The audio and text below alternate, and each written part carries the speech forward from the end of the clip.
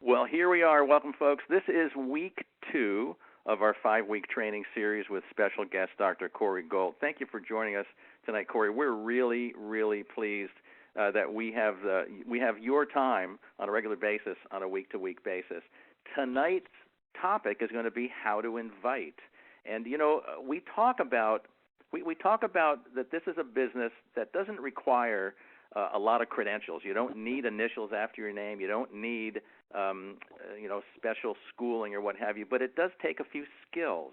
And skills, you know, if I had Dr. Corey still is, I'm sure, a dentist, dental surgeon. Had I needed dental work and lived in California, I probably would have found Dr. Corey, and I would have been delighted to know that he was well trained in those skills, well practiced. He understood them.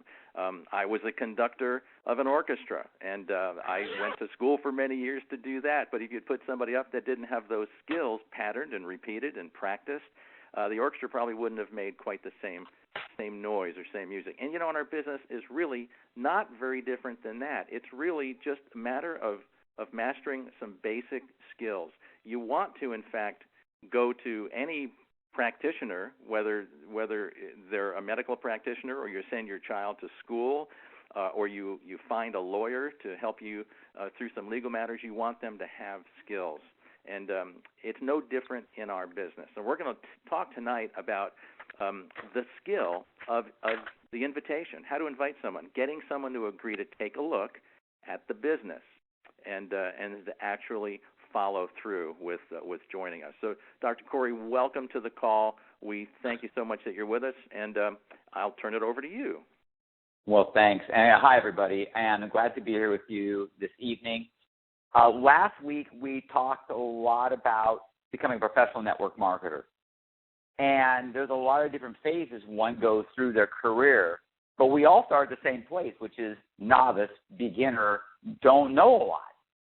And one of the big mistakes that some of us make is they go, well, I'm a famous dentist, so I must already know everything about network marketing. That's not true. I'm a famous musical conductor. I must know everything about network marketing. No, you can be very, very talented in one thing and still be a novice at something else. I could be a great tennis player and a beginning golfer. So we have to go learn how to be professional in this particular industry. And one of the mistakes that we as upline leaders make is sometimes we think that because somebody signed up and they bought a CEO pack, that they're ready to go. They're ready to go. Well, they're really, really a good lawyer or they're really a good doctor. Well, that's great, but they're not a professional network marketer yet.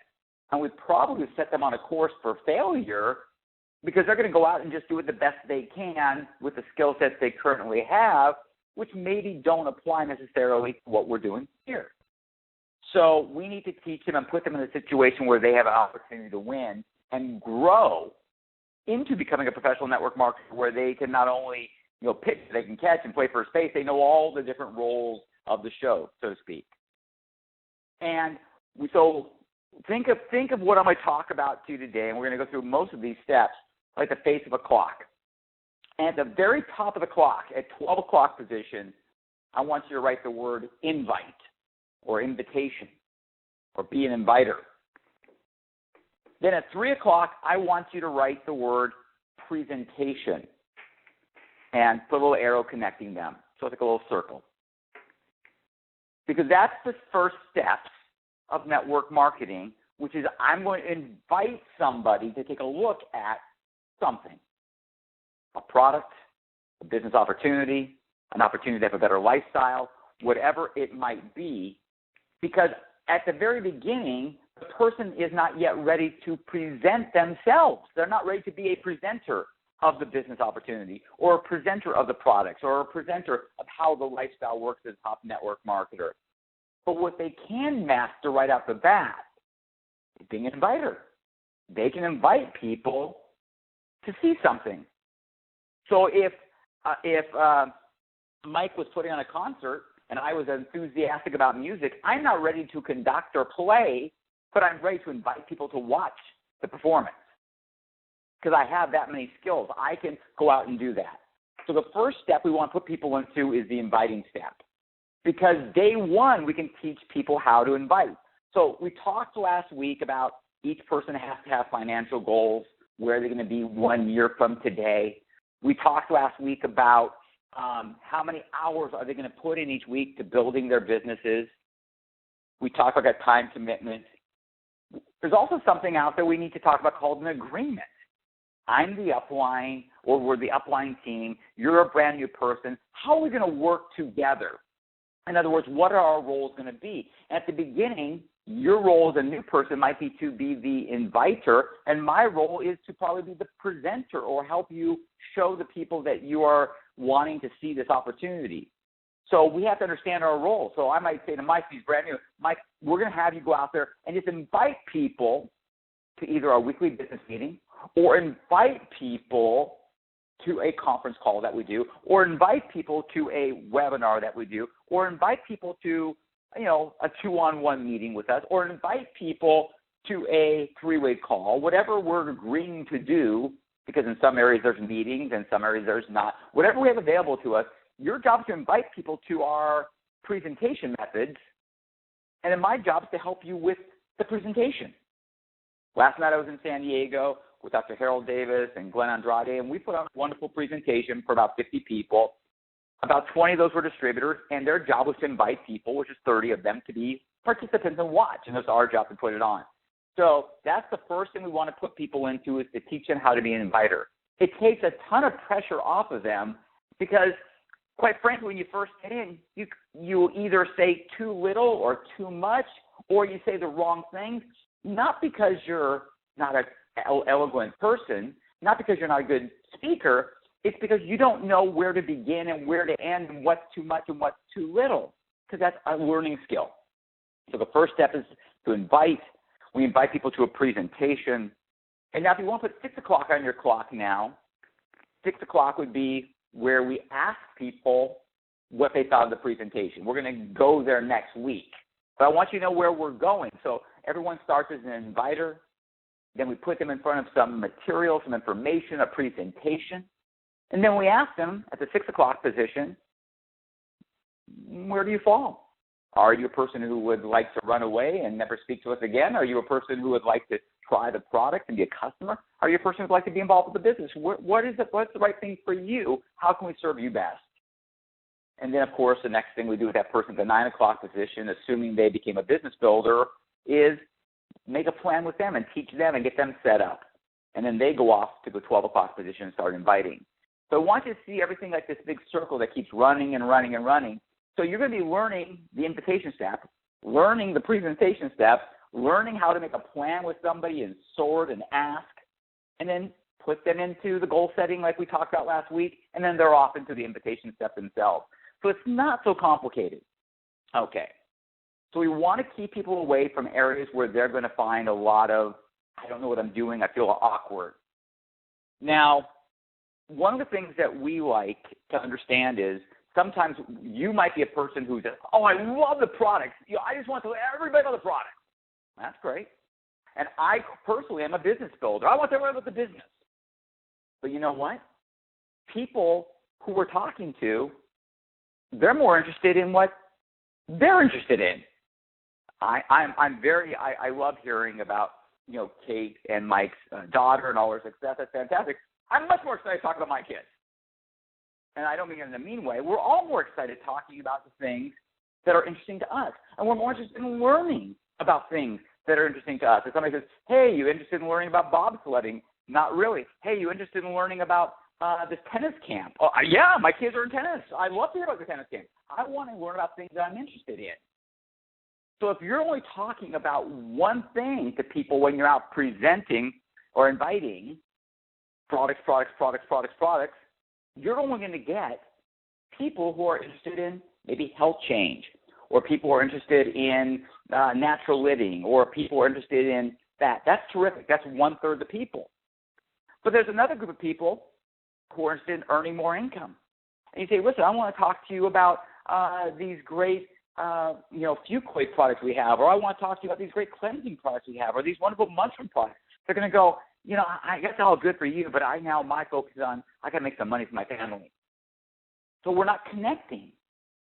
Our job is to listen to the other people and find out what we have that they need.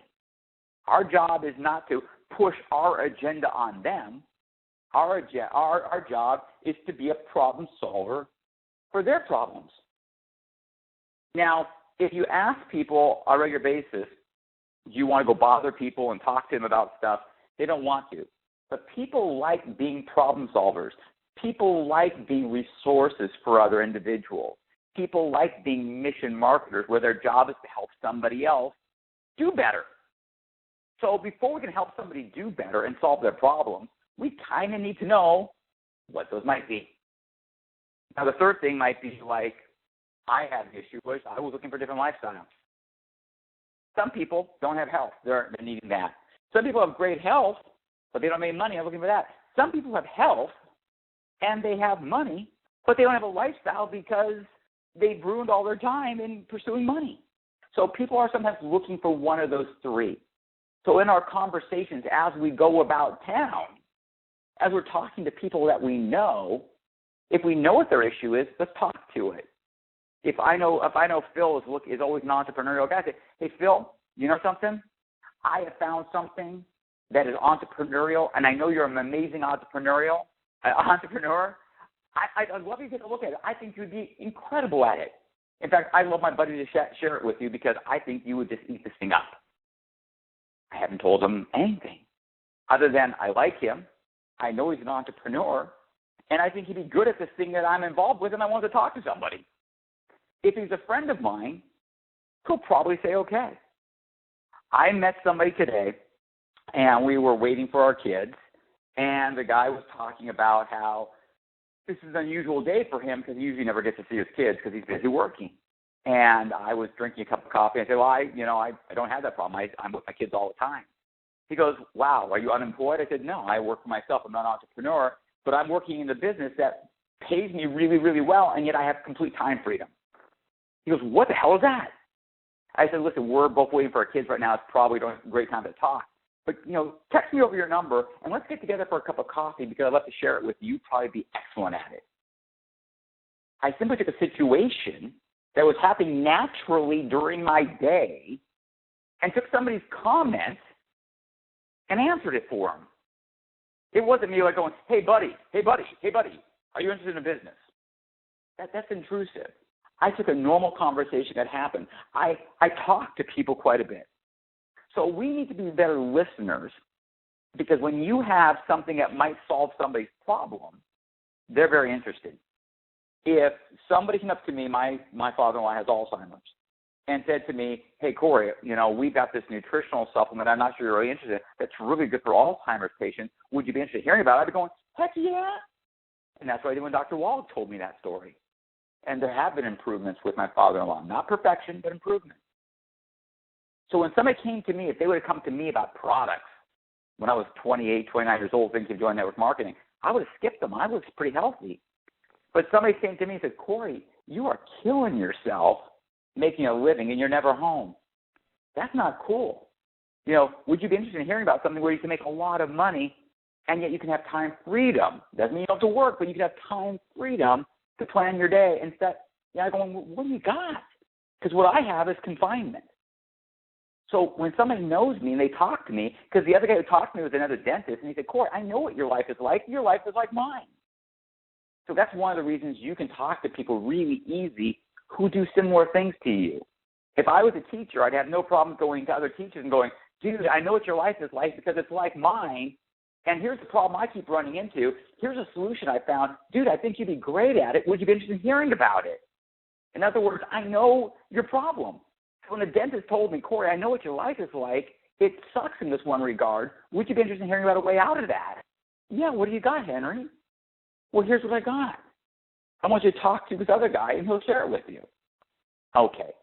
So your job is to be more of an intriguing, more of a person who just provokes a conversation than it is a person who has a complete discussion with it. So one of my mantras is, and this is a mantra that I think we all would like to do, which is say less to more people. Say less to more people. Because all we're trying to do is stimulate a next step, which is a meeting, a video, a one-on-one event, whatever it's going to be. It's not about the first time I meet you and I'm sitting with you waiting in line for coffee at Starbucks, do I do a complete presentation for you? It's simply setting up the next activity and making sure you're going to be there. And making sure, later on we're going to talk about this when we go to the next step, which is the next guy who talks to you with me understands what your hot buttons are. Okay? So when you and I had a conversation about being lifestyle, he doesn't go in, let me tell you about, the mine in Utah. So this guy's like, what the hell? I thought we were talking about lifestyle and making income. So we've got to keep that chain of events going that the next person understands what that person is thinking about. It's easy for us to invite people to things when we think it's good for them. See, some of the things that I see stopping people from selling CEO mega packs is sometimes they go, well, I understand it's good for me because I'm a senior executive marketing director and I make $230 every time I sell a CEO mega pack. So is this kind of self-serving? Well, yeah, you do make an income every time you bring somebody in. But I'm thrilled that Sandy Ellsberg brought me into this company because she did me a huge favor bringing me here. I feel good about bringing Mike and Kate into this business because I think it's good for them. In other words, I want to bring people into this business because I think it's really good for them. If it's not, I don't want to bring them in. So when I feel I've got something for you, a product or business opportunity that's going to be good for you, I have no problem sharing it with you. If it was only about me making money, I'd have a big problem internally about that. So I want you to start understanding that when you're inviting somebody to look at Youngevity, you're inviting them to better health, and you're inviting them to this cool group that we have together, and you're inviting them to this team that surrounds them to help support them, and you're inviting them to an opportunity to change their lives financially. That's what you're inviting them to. So yes, while you will get $100 or so, whatever it might be when they join, really you're doing them a huge favor bringing them into the family. Because at that point, if they want to get started with us, we're here to help them. So let's go back to the very beginning for a second. I talked a little bit about last week about what would be a good year for you. A year from now, what would you be making? And I asked the question, how many hours would you devote each week to manifesting that or making that happen, however you want to say it? When we talk about those hours, training like this, consider that stretching before the run. I'm not talking about this as hours because people will start saying to me, Corey, I listen to Dr. Wallach, I read his books, I go on Blake and Todd's thing, I went on the essential oil thing, blah, blah, blah, blah, blah. I spent 8 hours this week doing business. No, you spent 8 hours stretching before the actual athletics began. When we're talking about the hours now, I want to talk about hours engaged in money-making activities. And money-making activities are really easy. They involve talking to somebody new about our products, talking to somebody new about our business, following up with somebody about our products or our business, or working with our downline members and doing three-way calls or meetings with them about products and business. If you're doing a meeting and you're going to a meeting, that's a business activity if it's about new people getting to learn about our company. I am way old school, and I love meetings. And for a while, I got away from them and did everything online and stuff, and I love online. But I love meetings because there's nothing like sitting down kneecap to kneecap with somebody and saying, tell me about yourself. Here's one thing I do a lot on a meeting. I say, I'll throw Mike's name out because he's on the line. I say, Mike, before we get started, you take 1 or 2 minutes and tell me about yourself and just what makes you tick. And then I'll take 1 or 2 minutes and tell you about myself and what makes me tick. And if we like each other, we can keep talking about what we're doing here and how it might work for you. And if not, we can just, walk away and be glad we met each other. In other words, I want to get to know what you're about so that I can talk to you in a way that you can hear it. And I want you to understand a little bit about me, that I'm very similar to you in a lot of ways, or the people I work with are similar to you, so you can see yourself saying, remember the answers were, is it real? Could I do it? Number 2 question, hey, I could probably do this because I'm a lot like people in his group who are doing it. And I answer number 3 question a little bit, which is, will you help me? It's like, hey, these people are nice. They will probably help me get this done. So understand that no one wants to be pitched. or sold on anything, period. And by the way, if you've been married for any period of time and you feel your spouse is pushing too hard on any stupid thing, you'll resist even if it's something you don't mind, because that's how stupid we are as people.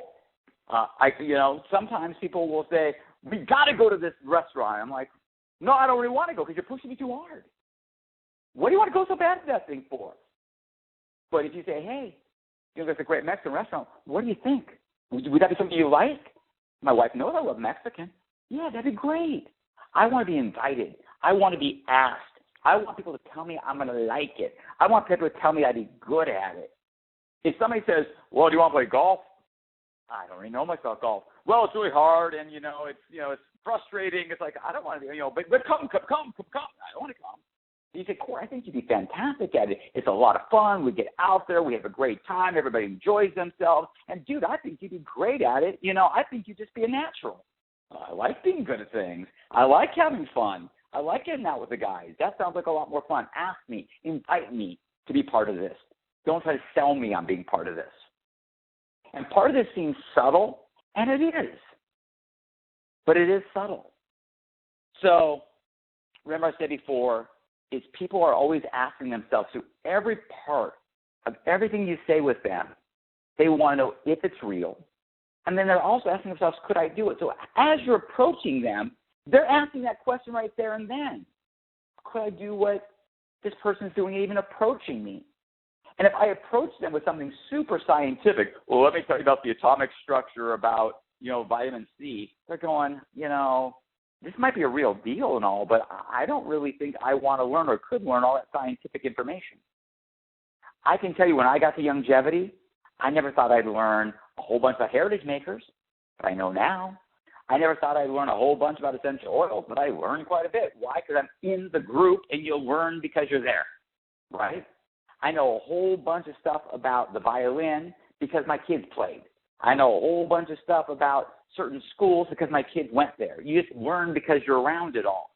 But if they think that they have to know all of this, they're going to think that it's like a learning curve that's so steep that they don't want to pay that price to earn the extra income or have that lifestyle. Like, wait, that's too hard.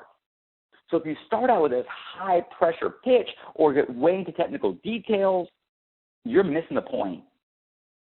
When somebody has a health challenge and they say to me, and I see them, and they go, like even yesterday, I was out at the golf range, and somebody was holding their back. I was going, wow, does your back hurt? They go, yeah, my back's hurting. I can hardly even play anymore. I'm going, my dad used to have a horrible back, and he almost quit golf as well. I said, but, he started taking these, like, natural products for his back, and it really helped. Would you be interested in hearing something about a natural product that might be good for your back? The guy could have said, no, I'm not very interested. But the guy said, yeah, I'm dying here. And we told him about the Healthy Start Pack and the Bone and Joint Pack, and he got one because he wanted one. He had a problem, and we solved it. I never went into what's in it. You know why? He doesn't know what that means. He doesn't know what those things are. So the more I talk science to that guy, the more likely I am to lose him as a customer because he doesn't know what it is. Think about this. How many people have taken prescription medications? They go, this is for Brexo quadruple tractate. And the guy goes, okay. He doesn't know what's in it. Someone recommended it to him, a doctor. So when I say it's an all-natural product that, my dad took that really helped with his back and he's feeling much better, the guy said, what the heck is it? And I said, I work with a company called Youngevity. We've got this great doctor who does a lot of things with a lot of athletes, and one of the things he works in and is actually really great in is his bone and joint products. And my father takes this product and along with a product called Pollen Burst for anti-inflammation, and he's like loving it. And he's 85 and playing golf all the time. Sign me up for that. I don't want surgery. I don't want to be in pain. It's an all-natural product. So I say very little, and I wait to find out if they have questions. A couple of days ago, somebody texted my daughter, and they asked her a question about business. And she goes, you should talk to my dad, because my dad's really good in business. So the person called me, and said, I'm interested in going to business. I said, well, what do you want to do? And the guy says, all I know is I'm good with people, and I don't know if I should go back to school. I'm not really good with science, but I'm really good with people. I said, you know something? I'm in a business that really the number one ingredient to be successful is be good with people. That's it. The number one ingredient in my business that I'm doing right now is be good with people. In fact, if I had 1,000 more people who are good at people, my life would be like nirvana, because that is what my business is about. People who are good with people. Well, what do? We simply show them about these products, about this business, and we get paid to teach people how to repeat it, like I'm doing right now with you. That's the whole business. The guy said, that's the whole business I want to be in. I didn't even tell him what the name of the company was.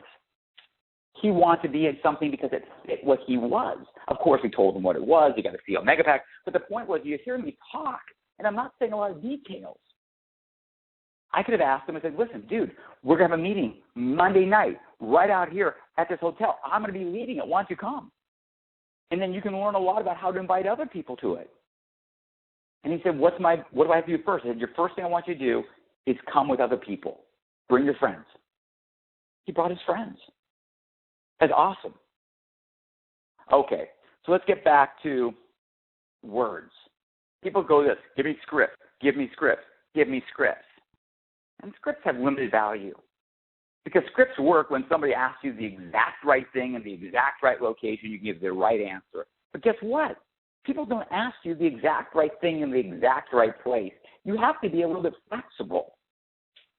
So here's the things I want you to understand more than the script.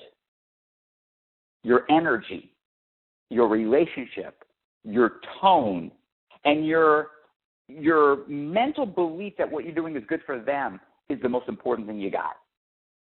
I've heard people give horrible invitations with fantastic energy and the right intention, and people say, yeah, I'll come to your meeting. And I've heard people say all the right words with all the wrong, Eeyore type of things, and people go, I'm not very interested. Because they're buying you more than they're buying the words. They're buying you more than they're buying the words. So when you say, listen, I want you to come to a meeting we're having over at the Holiday Inn, it's going to be fantastic. I think you just love it. I'd love to see you there. I think you'd just be absolutely great at this. Show up as my guest. I'll tell you what, I'll buy you a cup of coffee afterwards. Let's do this. Just come. Check it out for yourself. People come. Okay? So I want you to think of less words, more positivity, more mental energy, more tone, more about relationship. A couple things to think about even more. People want to be told they're going to be great at something. They do. I mean, think about how great it was when your kids were little. And they come home with like this horrible picture of a family in a house. And they'd hand it to you and go, look, Mom, this is my picture. And you go, oh, my God, this is the greatest picture ever in the world. I love this picture. I'm going to put it on the refrigerator. This is going to, right? And the kid was just so excited because you told him how good he was.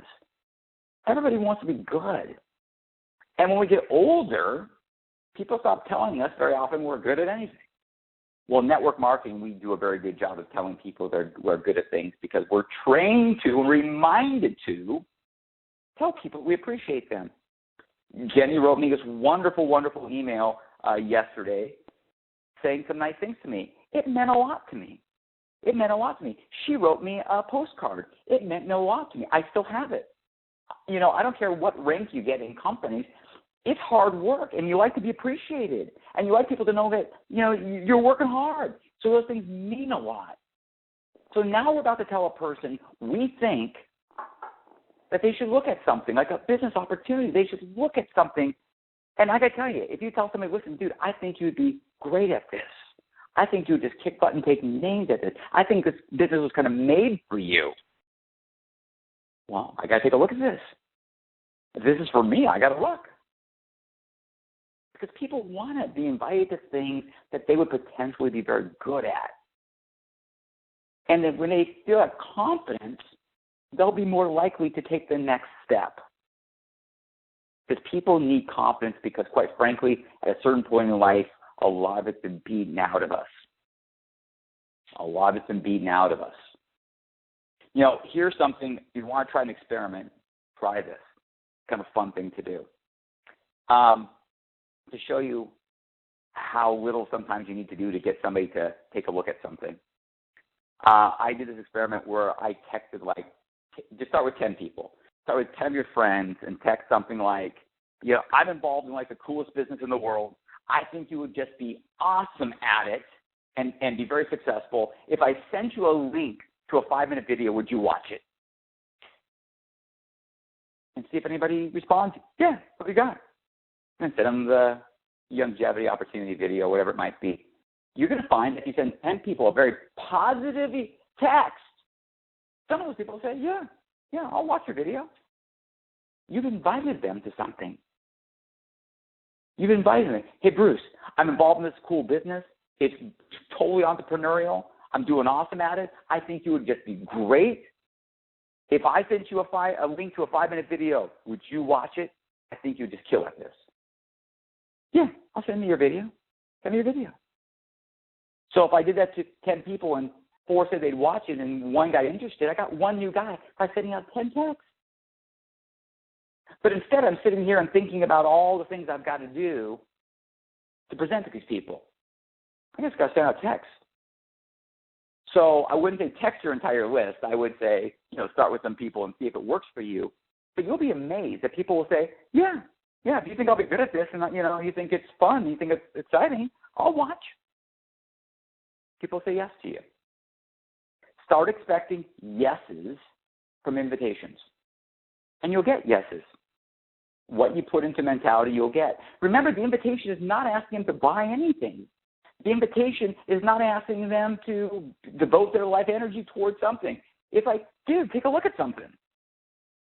Just take a look. I want you to talk to this guy. He's worked with me. He's unbelievable. This guy is like flipping Houdini of business. And he's working with me, and I'm telling you, I'm learning so much every day. You would just love this. You've got to talk to this guy. So I don't talk a lot about things. I want to get people in the meeting room. I want to get people to watch a video. I want to get people to take a look. One of the best techniques I ever had used to invite, and I've shared it before, I call the butt in the chair technique. And you can think it's super stupid, but it's super effective. If I was coming out to Orlando, Florida, and Jenny Smith was holding a meeting, she'd be inviting a whole bunch of people to her meeting. And some of the people would say yes, and some of the people would say no. I say, listen, go use the butt in the chair technique for the rest of the people. What's that? Butt in the chair, you go up to people who said no to you and say, listen, I need you to do me a favor. I invited this guy from California to come out and do a presentation of the business I'm in. I love this business. I love these people. This is the greatest thing in the world. And I told maybe a big crowd, and I don't have enough people coming yet, and I don't want to embarrass myself. So do me a favor and just show up. You don't have to buy nothing. You don't have to join nothing. Just pretend like you like me, nod your head a few times, listen politely for an hour, and then you can go. Well, I don't want to do that. Listen, I bought your kids wrapping paper for Christmas. I went to your kid's kindergarten play. You live across from me, and your kid plays the violin, and he's not very good, and I don't say nothing about it. I help you trim your trees. You owe me a favor. Just show up. I didn't say buy nothing. I just need some bodies there so that I can prove myself. And then the people come. Why? Because it's no threat to them. Zero. No threat. You're just showing up. Now, the presentation goes off. The people listen to it. I don't twist it around on them. I don't say, hey, listen, I told you didn't need to, do anything, but now I'm going to pitch you hard. That would be wrong. But a lot of people who come as butts in the chairs say to me after the meeting, does that stuff really work for diabetes because my mom has that? Does that stuff really work for bone and joints because my dad doesn't get around very well? Does that stuff really help pets because, Peppy isn't so peppy? And they'll tell you they were interested in something that you just told them that they weren't even going to come to listen to. And I've had lots and lots of people say to me, something, that business sounds kind of cool. Tell me more about that. And they weren't even going to come because they were there not to be pitched. So when they're not being pitched, guess what they are? Receptive listeners. So they will tell you after, I go, listen, dude, thank you so much for coming. I appreciate you being here. I owe you one. When the Girl Scout cookies come out, put me on the list. I'm coming. I'll buy some for you. I really appreciated it. He's a great guy who spoke here. What'd you think of all this? Am I crazy or what? And they're going to go, no, it sounds really interesting. I said, dude, I'm not going to pitch you or nothing because you're my cool friend, but you were going to be 100 times better at this than I ever was. Really? Yeah, I think so. You just kill it. See, I just want people to look. If they say no and go home, we've done our job. So at the very beginning, we want to put people in a position where they can win. So we want to tell them, be inviters. Invite them to be, if you have a local meeting in your area, that is huge. If you have a local meeting in your area, that is huge. I want you to go to those meetings, even when you don't have guests. I want you to learn at those meetings about our business and our products. I got to tell you, the meeting we did in San Diego last night, I don't think we've ever done a better presentation. It was only 50 people there, but it was just so good. And the energy was so right. Because when people are in a room of other people who are in agreement, it's easy to get into agreement. Invite people to three-way calls. We're going to talk about three-way calls probably next week, about how do you set them up? How do you do them? What's your job as the brand new person after you set it up? What's your job as the person who's leading the three-way call? How do you do all these communications? Because three-way calls seem to be a lot of the hardened blood of network marketing because we all can't be around each other all the time, but we can always be connected by phone. So I love three-way calls. And once again, three-way calls are not hard pitches. Three-way calls are not some really hard push. It's about finding out what the other person wants and showing them how they can get it through what we have here at Youngevity. That's it. And we'll talk about the psychology of it next week. So with that, Mike, I just threw some things out there. I've been pacing around my bedroom. Questions? What do you want? Start asking questions. I think you really covered it. And, Corey, it's not complicated. It boils down to making a decision, setting one's mind to what they want to do, believing in the success, getting some of these skills. And then once you have these skills, rinse and repeat, just keep doing them, following the simple system. Just as those who, like Corey and so many others in this business, who are already living their dreams because of what these simple skills honed and practiced and then translated and taught to others. We're going to measure success, I think, and correct me if I'm wrong, Corey, by the number of people on our team that are confident enough to engage in this very process. How many meetings right now all across the country, perhaps really all across the world, are happening right now, whether it's a one-on-one, a three-way call, a conference call, a two-on-one, a hotel meeting.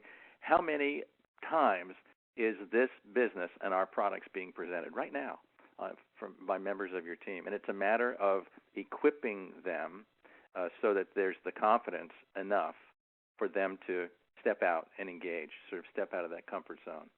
So listen, folks, plug yourself. One of the best advices I can ever imagine being given, Corey gave tonight. Plug yourself into the activities, especially if there's a local meeting, your team leaders' activities, events. Participate in conference calls, webinars like you're doing tonight. Listen, learn, and simply follow the leader. And for those of you that may be thinking, golly, this is a bit of a stretch. Corey's got this down. He speaks so easily. He's a wonderful storyteller, and he is.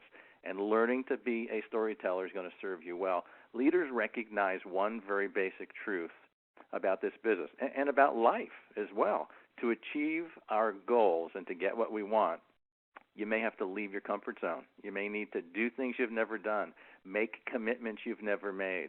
And the obstacles on the road to success can be many. You'll bump into a few of them for sure, but so are the rewards when we arrive.